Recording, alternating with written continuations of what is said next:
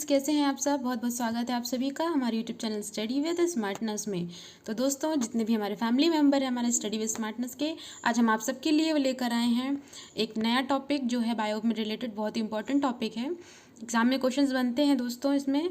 तो वीडियो को पूरा देखिए और पसंद आने पर लाइक शेयर करना बिल्कुल भी ना भूलें। ठीक है दोस्तों, चलिए फिर स्टार्ट करते हैं। आज का जो हमारा टॉपिक है दोस्तों, ये है कि क्या है राइबोन्यूक्लिक प्रोटीन। एक राइबोन्यूक्लिक प्रोटीन किस चीज़ को हम कहते हैं, ये हमारा आज का टॉपिक है। तो दोस्तों, ये क्या होता है, ये एक तरह जिसे हम जनरल भाषा में कहते हैं राइबोसोम। ठीक है, जो राइबोसोम है उसे ही कहा जाता है राइबोन्यूक्लिक प्रोटीन। और ऐसा क्यों कहा जाता है दोस्तों, क्योंकि इसमें जो है आरएनए प्लस प्रोटीन दोनों से मिलकर बना होता है आपका राइबोसोम। ठीक है दोस्तों, बहुत ही इंपॉर्टेंट लाइन है ये दोस्तों। ये इस पूरे वीडियो की एक लाइन बहुत ही इंपॉर्टेंट है। इसमें से कहीं से भी क्वेश्चंस बन सकते हैं। अगर आपने पहले प्रीवियस सारे क्वेश्चंस भी उठा कर देखे होंगे तो यहीं से आपके सारे क्वेश्चन जनरेट होते हैं। ठीक है, तो इसलिए पूरे वीडियो को बहुत ध्यान से देखिएगा।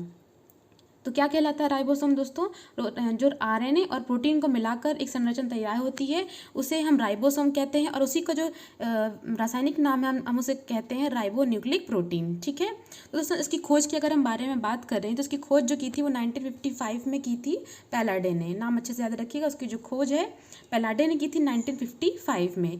और इसे जो राइबोसोम नाम दिया था तो 1958 में एक वैज्ञानिक रहे हैं रिचर्ड बी रॉबर्ट्स। तो इन्होंने जो राइबोसोम का नाम है राइबोसोम रिचर्ड बी रॉबर्ट्स ने दिया है। लेकिन अगर खोज की बात की जाएगी तो वहाँ पर वो पैलाडे का नाम आ जाएगा।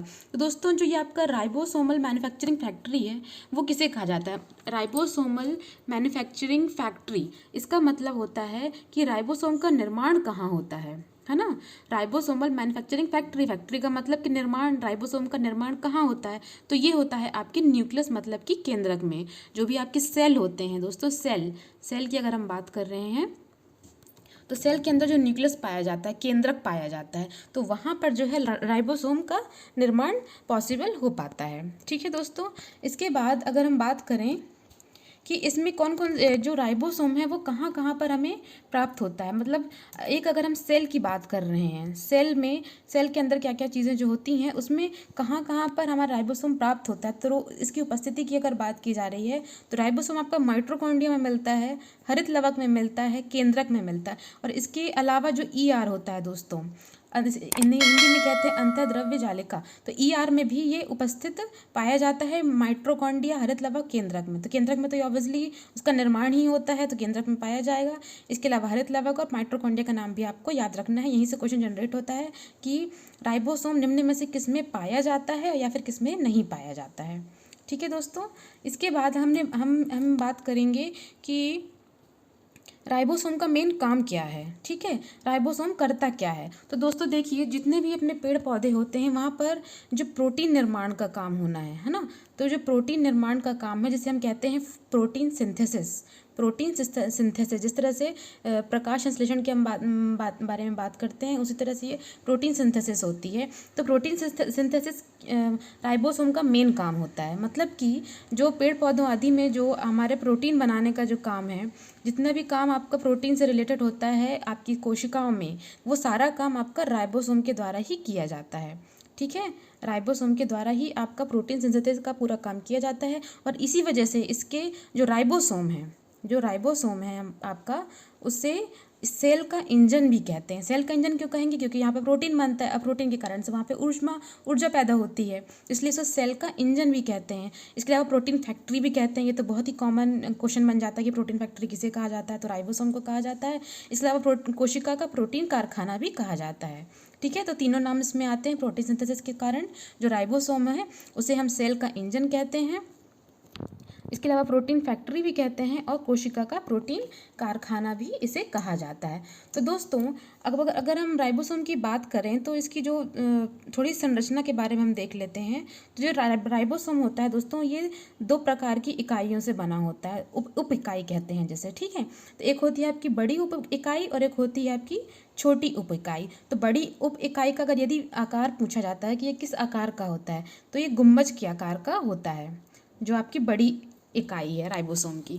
ठीक है, और वहीं पर जो आपकी छोटी इकाई है ये आपके बेलनाकार होता है। इसका भी जो आकार के बारे में क्वेश्चंस बनते हैं दोस्तों एग्जाम में, इसलिए हम आपको यहाँ पर दर्शा दिया गया है कि राइबोसोम का 2 इकाइयाँ होती हैं। एक होती है आपकी गुम्बजाकार, जिसे बड़ी उप इकाई कहा जाता है, और एक होती है आपकी बेलनाकार, जिसे हम छोटी उप इकाई कहते हैं।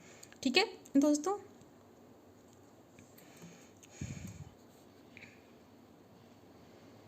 इसके अलावा देखिए दोस्तों, जो यहाँ पर अगर हम आकार की बात करें कि राइबोसोम की अब बड़ी इकाई या छोटी इकाइयाँ तो बन गई, लेकिन इनको जोड़ते कैसे हैं। तो इनको जोड़ने का जो काम है दोस्तों, वो सेल में उपस्थित मैग्नीशियम आयन के द्वारा संपन्न किया जाता है। ठीक है, याद रखिएगा, बड़ी इकाई और छोटी इकाई जो राइबोसोम की हैं वो जुड़ेंगी कैसे, आपके मैग्नीशियम आयन के द्वारा वे जोड़ी जाती हैं। ठीक है दोस्तों, आगे बढ़ते हैं इसमें थोड़ी और जानकारी के लिए। 2 प्रकार के होते हैं आपके यूकैरियोटिक सेल्स और प्रोकैरियोटिक सेल्स। तो यूकैरियोटिक सेल्स में जो राइबोसोम पाए जाते हैं वो ATS के होते हैं, ATS राइबोसोम कहलाते हैं। और वहीं पर जो प्रोकैरियोटिक होते हैं कोशिकाएं, उनमें 70S राइबोसोम पाए जाते हैं। अब ये S क्या है दोस्तों, तो ये श्वेटबर्ग यूनिट कहलाती है। ये जो S आपका है तो ये आपकी स्टैंड करती है श्वेटबर्ग यूनिट के लिए। राइबोसोम को नापने की, उसके प्रकार को नापने की एक यूनिट है ये। ठीक है, राइबोसोम के तो श्वेटबर्ग नाम याद रखिएगा, श्वेटबर्ग इसकी यूनिट होती है। इसके अलावा दोस्तों कुछ और चीज़ें आपको बता देते हैं कि जो आपका माइक्रोसोम शब्द, जो देखिए दोस्तों, जो आपका राइबोसोम है उसे हम एक और नाम से जानते हैं, वो होता है आपका माइक्रोसोम। ठीक है, याद रखिएगा, माइक्रोसोम के नाम से भी इसे जाना जाता है। तो ये शब्द किसने दिया था दोस्तों, ये शब्द आपका दिया था क्लाइड ने। नाम याद रखिएगा, क्लाइड।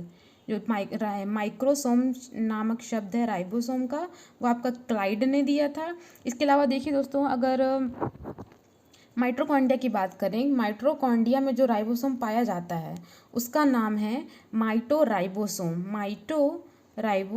ठीक है, याद रखिएगा, माइटोकॉन्ड्रिया में जो राइबोसोम पाया जाता है उसे हम कहते हैं माइटोराइबोसोम। ठीक है, इसके अलावा जो राइबोसोम क्लोरोप्लास्ट में पाया जाता है, जिस प्रकार का राइबोसोम आपका क्लोरोप्लास्ट में पाया जाता है उसे कहते हैं हम प्लास्टिडियल। याद रखिएगा, प्लास्टिडियल राइबोसोम इसे कहा जाता है। ठीक है, 3 चीज़ें आपको याद रखनी है। एक बार फिर से रिमाइंड कर देते हैं कि माइक्रोसोम राइबोसोम का ही दूसरा शब्द है, जो दिया था आपके वैज्ञानिक क्लाइड ने। ठीक है, इसके अलावा आपका जो माइटोकॉन्ड्रिया में जो राइबोसोम पाया जाता है उसे हम कहते हैं माइटोराइबोसोम। माइटोकॉन्ड्रिया और माइटोराइबोसोम नाम से ही अपन समझ सकते हैं। इसके अलावा अगर आप क्लोरोप्लास्ट की बात करें कि क्लोरोप्लास्ट में कौन सा राइबोसोम पाया जाता है, तो वहाँ पर आपका पाया जाता है प्लास्टिडियल। ठीक है, प्लास्टिडियल राइबोसोम पाया जाता है। एक और बहुत ही इंपॉर्टेंट चीज़ है दोस्तों, जो राइबोसोम का आकार, अगर हम बात करें कि राइबोसोम के आकार को किस तरह से, किस यूनिट से नापा जाता है, ये क्वेश्चन ही कई बार एग्जाम में पूछा जा रहा है दोस्तों। आजकल की बहुत एग्जाम में ट्रेंड कर रहा है कि जो राइबोसोम का आकार है उसे हम किस तरह से नापते हैं। तो उसके लिए जो यूनिट है दोस्तों वो है आपकी अवसादन गुणांक।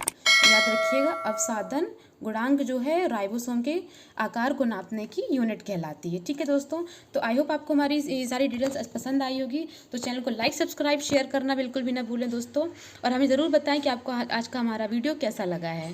बाकी सारी PDFs आपको हमारे टेलीग्राम चैनल में उपलब्ध करा दी जाएंगी। थैंक यू दोस्तों, धन्यवाद।